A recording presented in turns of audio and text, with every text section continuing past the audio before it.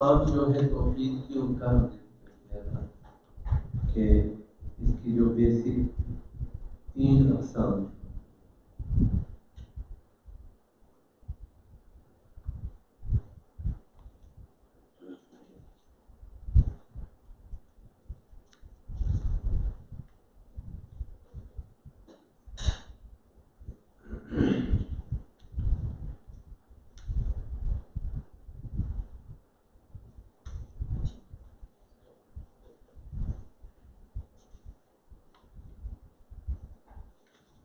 تو ہم نے ذکر کیا تھا کہ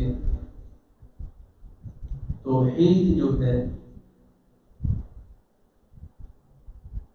کسی کا مسلمان ہونا اور پھر اس کے بعد اس کا موحد ہونا ضروری ہے. اگر کوئی مسلمان ہو گیا اور موحد نہیں ہوا، موحد سے مراد یہ ہے کہ اللہ تعالیٰ کے ساتھ شرک نہیں کرنا، کسی قسم کا بھی شرک جو ہے وہ اللہ تعالیٰ کے ساتھ نہیں کرنا.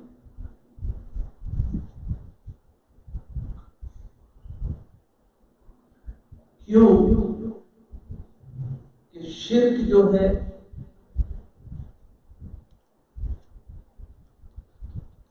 اس کے بارے میں اللہ تعالیٰ نے انبیاء کو بھی تنبیہ فرمائی، اور انبیاء تک کو یہ کہا کہ اگر آپ نے بھی شرک کیا تو آپ کے تمام اعمال جو ہیں وہ کیا کر دیے جائیں گے، غارت کر دیے، یعنی ضائع کر دیے. یہ انبیاء کو بھی اللہ تعالیٰ نے حکم دیا. اس لیے مسلمان ہونا اور مسلمان ہونے کے بعد موحد ہونا ضروری ہے، اور موحد ہونے کے لیے توحید کی معرفت ضروری ہے، اور توحید کی معرفت کے لیے توحید کی اقسام کا پتہ ہونا ضروری ہے. انسان مسلمان ہو گیا، اس کے بعد موحد ہونا چاہتا ہے تو اسے چاہیے کہ وہ توحید کی معرفت حاصل کرے کہ توحید کیا چیز ہے. تو عموماً توحید یہ ہے کہ اللہ تعالیٰ کو اس کی جتنی بھی صفات ہیں اور اعمال میں اور عبادات میں یکتا مان، ایک اکیلا مان،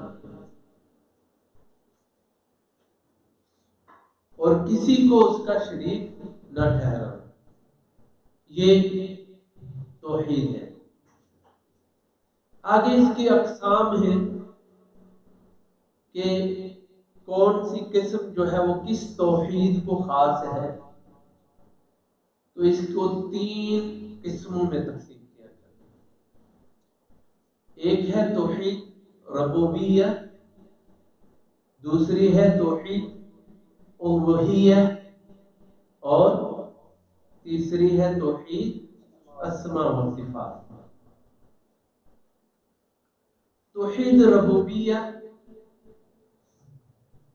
جیسا اس کے نام سے ہی ہمیں معلوم ہو جانا چاہیے کہ یہ توحید کی وہ قسم ہے جس میں اللہ تعالیٰ کا رب ہونا ثابت ہوتا ہے اور ہمیں اس کا اقرار کرنا چاہیے.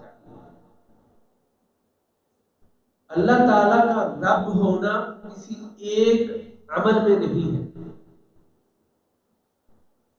اللہ تعالیٰ کا رب ہونا بے شمار چیزوں میں ہے. اس کی کونی نشانیوں میں ہے، اس کے خالق ہونے میں ہے، اس کے مالک ہونے میں ہے، اس کے رازق ہونے میں ہے. اللہ تعالیٰ کو رب ماننا کیسے کہ اللہ تعالیٰ رازق ہے، مالک ہے، خالق ہے، قادر ہے، قضا و قدر، اس کا مالک ہے اللہ تعالیٰ۔ تو ان چیزوں میں اللہ تعالیٰ کو یکتا مانا کہ وہی رزق کے دینے والا ہے، وہی پیدا کرنے والا ہے، وہی مارنے والا ہے، اور جی مدبر الامر، تدبیر بنا لو۔ توحید کی یہ جو قسم کی میں نے پہلے بھی بتایا تھا کہ اس پر مشرکین عرب جو گزرے ہیں ان کو بھی کوئی اعتراض نہیں۔ اللہ تعالیٰ نے بھی قرآن میں کہا کہ ان سے پوچھو کہ تمہیں کون رزق دیتا ہے، تمہارے اوپر کون بارش برساتا ہے، تو سیقولون اللہ، جواب کیا دیتے تھے؟ یہ تو کرنے والا اللہ ہے، ہم مانتے ہیں یہ اللہ ہی دیتا ہے، اللہ ہی کرتا ہے، پیدا کرنے والا کون ہے؟ وہی اللہ ہی ہے۔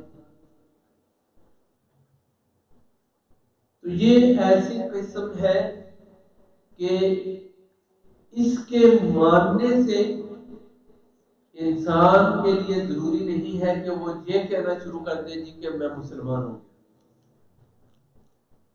توحید ربوبیہ انسان کے اسلام میں داخل ہونے کی شرط نہیں ہے، یہ یاد رکھیں۔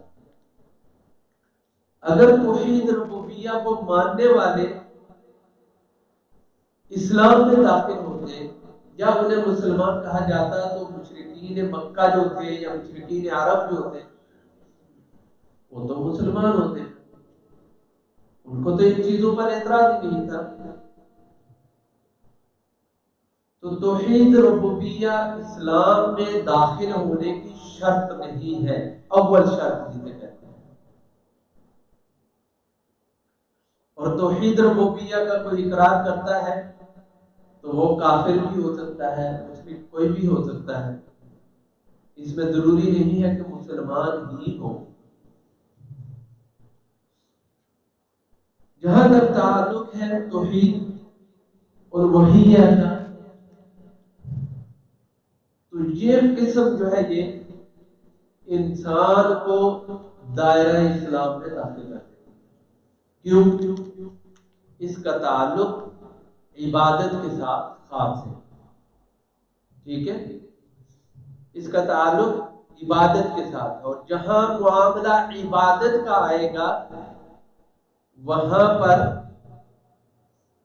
مشرکین کے ساتھ اور مسلمانوں کے ساتھ آپس میں اختلافات شروع ہو گئے۔ اس سے پیچھے کوئی اختلاف نہیں تھا، لیکن جب کہا گیا کہ قولوا لا الہ الا اللہ، تو یہاں پر انہیں اعتراض ہوا۔ آپ اللہ کو خالق مانے، رازق مانے، کچھ بھی مانے، لیکن جب یہاں آئیں گے جہاں پر بتوں پر ضرب پڑے گی تو وہاں پر انہیں اعتراض ہوا، مخالفت یہاں سے شروع ہوئی۔ نبی صلی اللہ علیہ وسلم پہلے بھی اس قوم میں موجود تھے، صادق اور امین کے نام سے جانے جاتے تھے، اور لوگ آپ کی عزت تکریم کرتے تھے، اپنے فیصلوں میں آپ کو خالص مانتے تھے، اور کوئی بھی بڑی پرابلم ہوتی تھی تو آپ کے پاس اس کے سلوشن کے لیے آتے تھے۔ اس میں بہت بڑی مثال ہمارے پاس کعبہ کا حجر اسود کی تنصیب تھی کہ جب چار قبائل جو تھے ان کے آپس میں اختلاف ہو گئے کہ کون نصب کرے گا یہ، تو انہوں نے کہا کہ جو شخص سب سے پہلے یہاں موجود ہوگا صبح آئے گا باہر سے تو وہی اس کی تنصیب کرے گا۔ تو نبی صلی اللہ علیہ وسلم وہاں پہلے پہنچ گئے، تو آپ صلی اللہ علیہ وسلم نے ایک چادر منگائی اور وہاں پر حجر اسود اس میں رکھ کے چاروں قبیلوں کو کہا کہ آپ اٹھاؤ، اور آپ صلی اللہ علیہ وسلم نے اپنے دستے مبارک سے وہاں پر نصب کر دیا۔ تو یہ اس قوم کے درمیان قولوا لا الہ الا اللہ کہنے سے پہلے آپ کی حالت،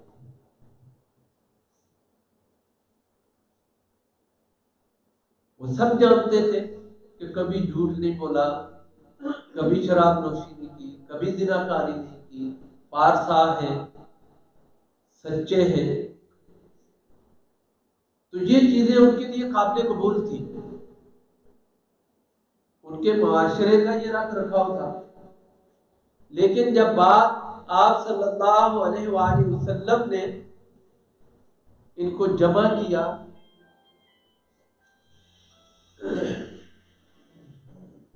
ان کی دعوت کی، اور پھر کہا کہ قولوا لا الہ الا اللہ، اس وقت انہوں نے اختلافات شروع۔ اس وقت ابو لہب نے کہا کہ تو نے ہمیں اسی لیے بلایا تھا کہ ہمارے جو الہ ہیں ان کے مقابلے میں تو ایک الہ کو لے کے آ جائے۔ تو یہ اختلاف کی اصل وجہ تھی۔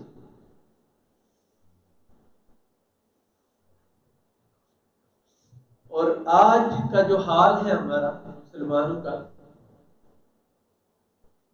وہ ان مشرکین کے دور سے بھی کیا گزرا ہے۔ بات تھوڑی سی شاید سخت ہو، لیکن یہ سچ ہے کہ آج اگر ہم اپنی قوم، مسلمان قوم جو ہے، اس کا حال دیکھیں کہ توحید کا کیا لیول ہے ان کا، تو یہ مشرکین عرب سے بھی گئے گزرے۔ اب یہ کوئی نہ کہے کہ ہم انہیں مشرکین کہہ رہے ہیں یا یہ یا وہ، ہمارا اس سے کوئی وہ نہیں ہے۔ ہم ایک چیز واضح کر رہے ہیں کہ اپنے اعمال کا جائزہ ہے کہ ہم کہاں کھڑے ہیں، کہ جو پہلی قومیں کر کے اسلام سے خارج ہو گئی ہیں، کیا وہی چیزیں ہم نہیں کر رہے، بلکہ ان سے بڑھ کے کر رہے ہیں۔ لیکن پھر بھی الطاف حسین حالی کی وہ ہے نا نظم کہ شوق سے جی عبادت جس کی چاہے کریں، ہاں نبیوں سے بڑھائیں، اور پھر بھی ان کے ایمان میں کوئی فرق نہ آئے۔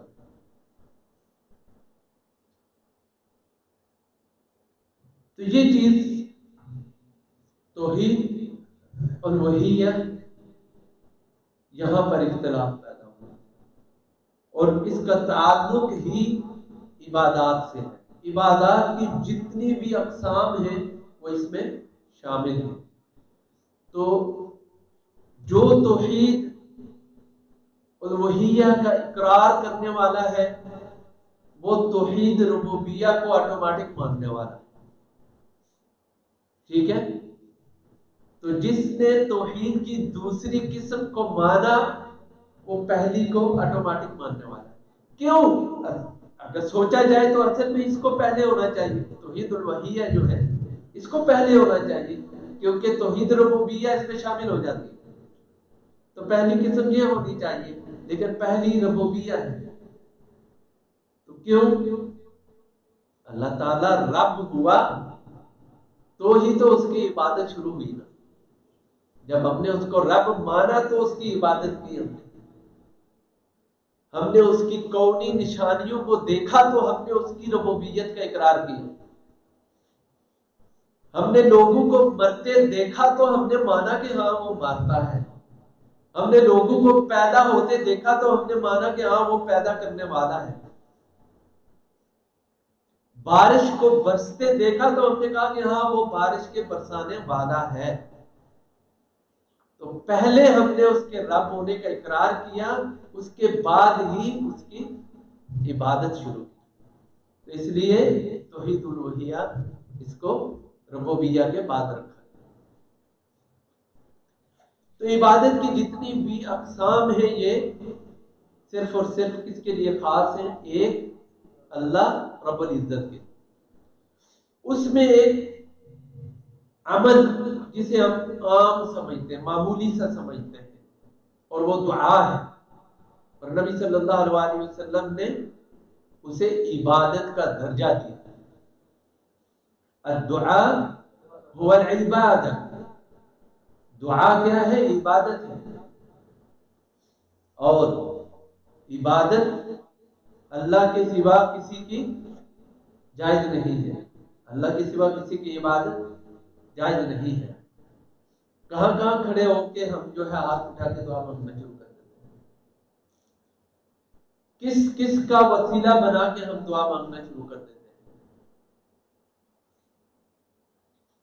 یہ عبادت ہے تو ایک اللہ کے لیے خاص ہے.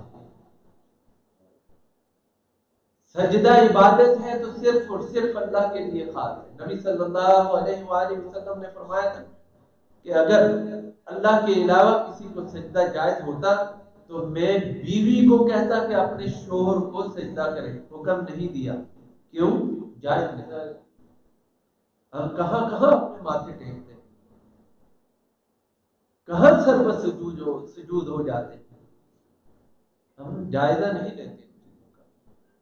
ہمیں یہ چیزیں دیکھیں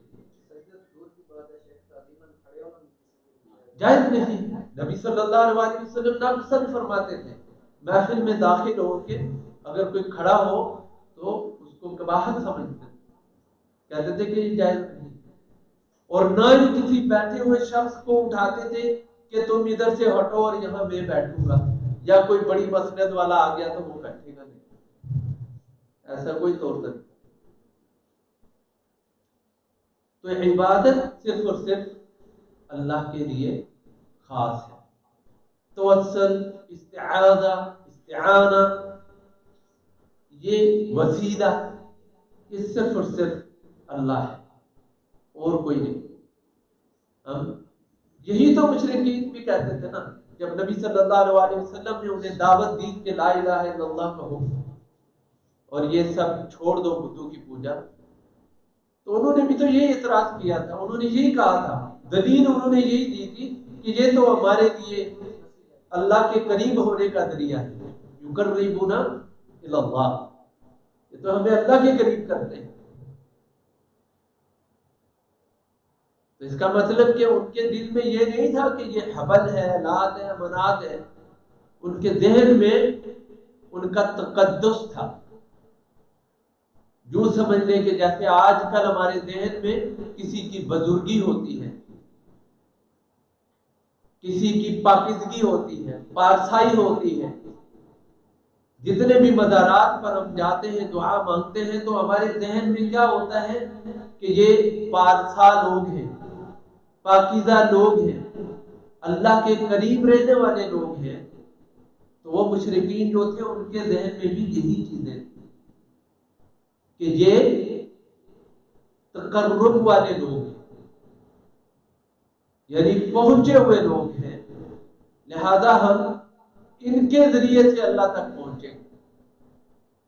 اگر وہ یہ ذہن رکھ کے کرتے تھے تو ہم کون سا ذہن رکھ کے کرتے؟ تو یہ مشابہت ہے کن کے ساتھ؟ مشرکین کے ساتھ. اس سے بچنا چاہیے. نبی صلی اللہ علیہ وسلم نے مشابہت بھی اختیار کرنے سے بچنے کا کہا.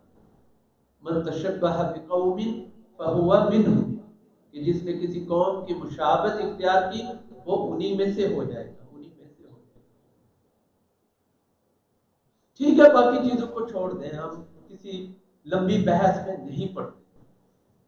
اگر آپ یہ کرتے ہیں وسیلہ لے کے تو مشرکین بھی تو یہی کہتے تھے اور وسیلہ لیتے تھے. تو مشابہت مشرکین کے ساتھ ہوئی یا نہیں ہوئی؟ کم از کم اس چیز کو تو مان لو. نبی صلی اللہ علیہ وسلم کی اس حدیث کو تو مان لو. مشابہت اختیار کرنا چھوڑ دو.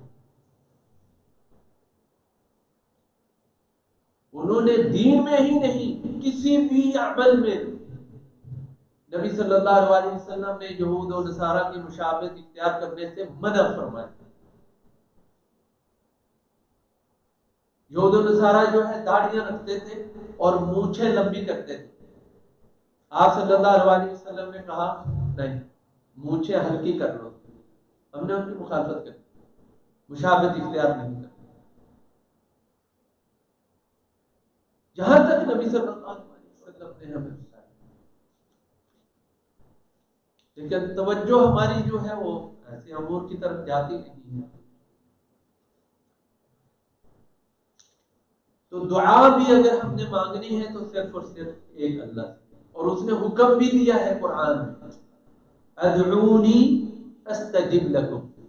اگر وہ کسی واسطے وسیلے کا ہوتا اس میں تو اللہ تعالیٰ ذکر کرتا ہے. اور سب سے بہترین وسیلے کا جو ذریعہ ہوتا وہ کون ہوتے؟ نبی صلی اللہ علیہ وسلم، انبیاء صالح. اللہ تعالیٰ کہتا کہ ان کو بیچ میں رکھ کے اس کے بعد آنا پھر استجب لکم، میں تمہاری دعا کو پھر قبول کروں گا. نہیں، ڈائریکٹ کہا کہ مجھ سے دعا مانگو، میں تمہاری دعاؤں کے قبول کرنے والا. تو یاد رکھیے کہ دعا اور اس کے علاوہ عبادت کی جتنی بھی اقسام ہیں وہ صرف اور صرف ایک الہ اللہ کے لیے خاص ہے. تو یہ توحید الوہیہ، قرآن میں بے شمار اس کی مثالیں موجود ہیں. لاسٹ ٹائم میں نے یہ پیپر دیا تھا تو اس میں سارا موجود ہے کہ کہاں کہاں اس کی مثالیں موجود ہیں.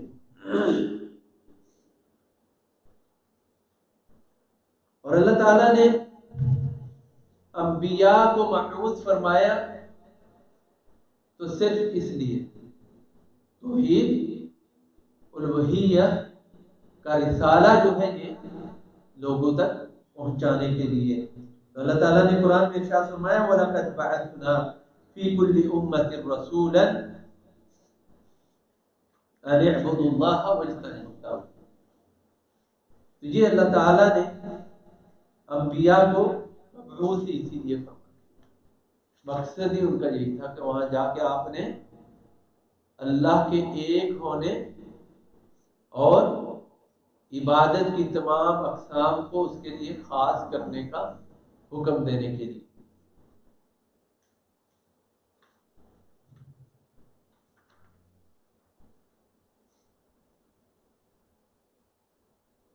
تو یہ دو اقسام جو ہیں ہم نے ذکر کی تھی. یہ دونوں اقسام جو ہیں توحید کی، ان میں مشترک کیا چیز ہے؟ یعنی یہ اس میں فرق کیا ہے اور مشترک کیا ہے؟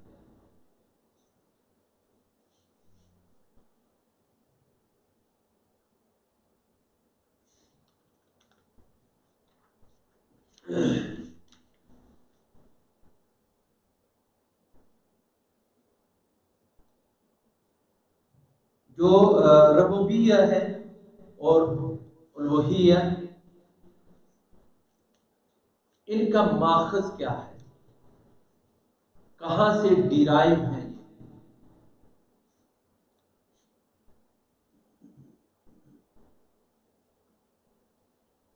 جو ربوبیہ ہے یہ اس کا ماخذ ہے اللہ کا نام الرب. الرب اس سے ہے یہ ربوبیہ. اور جو الوہیہ ہے، الوہیہ اس کا جو ہے الہ. الہ الہ کیا ہے؟ الہ ہے معبود. اور معبود کون ہوتا ہے؟ جس کی عبادت کی جائے. معبود وہ ہوتا ہے جس کی عبادت کی جائے. تو یہ الہ سے مشتق ہے، اس کا ماخذ الہ ہے.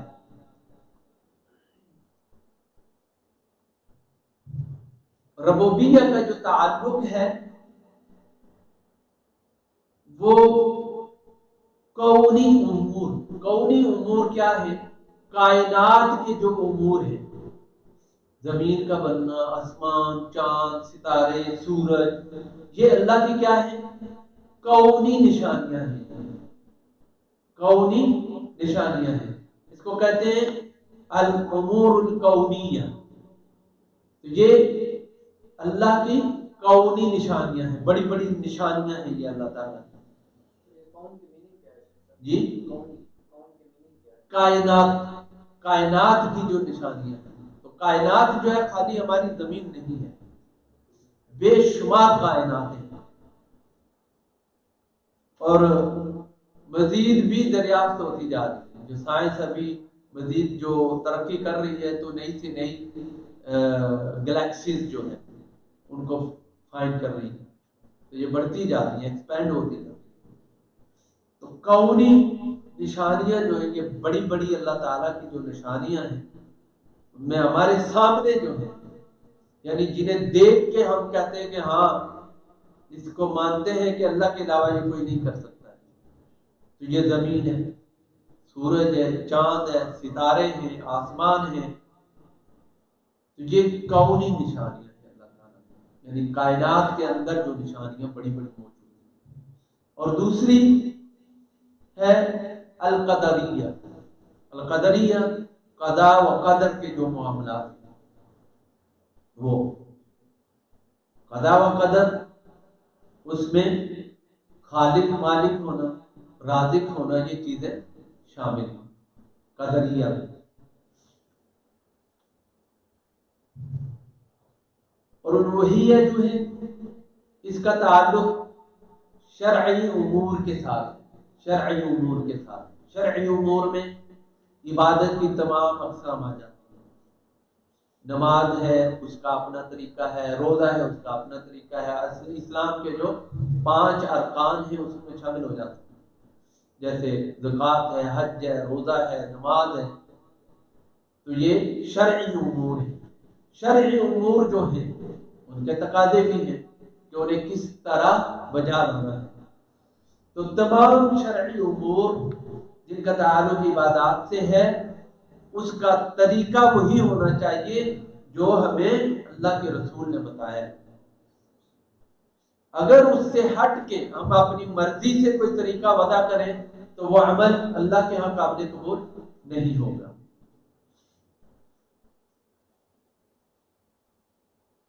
اس کا اقرار کرنے والے کون ہیں؟ ربوبیہ کا اقرار کرنے والے مشرکین بھی تھے، ٹھیک ہے، اور مسلمان تو ہو ہی جاتا ہے، لیکن اس کا اقرار کرنے والے مشرک تھے۔ پہلے بات ہو رہی، بات کی نہیں، پہلے اس کا اقرار کرنے والے مشرک تھے۔ جیسے میں نے ذکر کیا کہ مشرکین عرب جو ہے ان کو، مشرکین مکہ، ان کو اس کے اوپر کوئی اعتراض نہیں،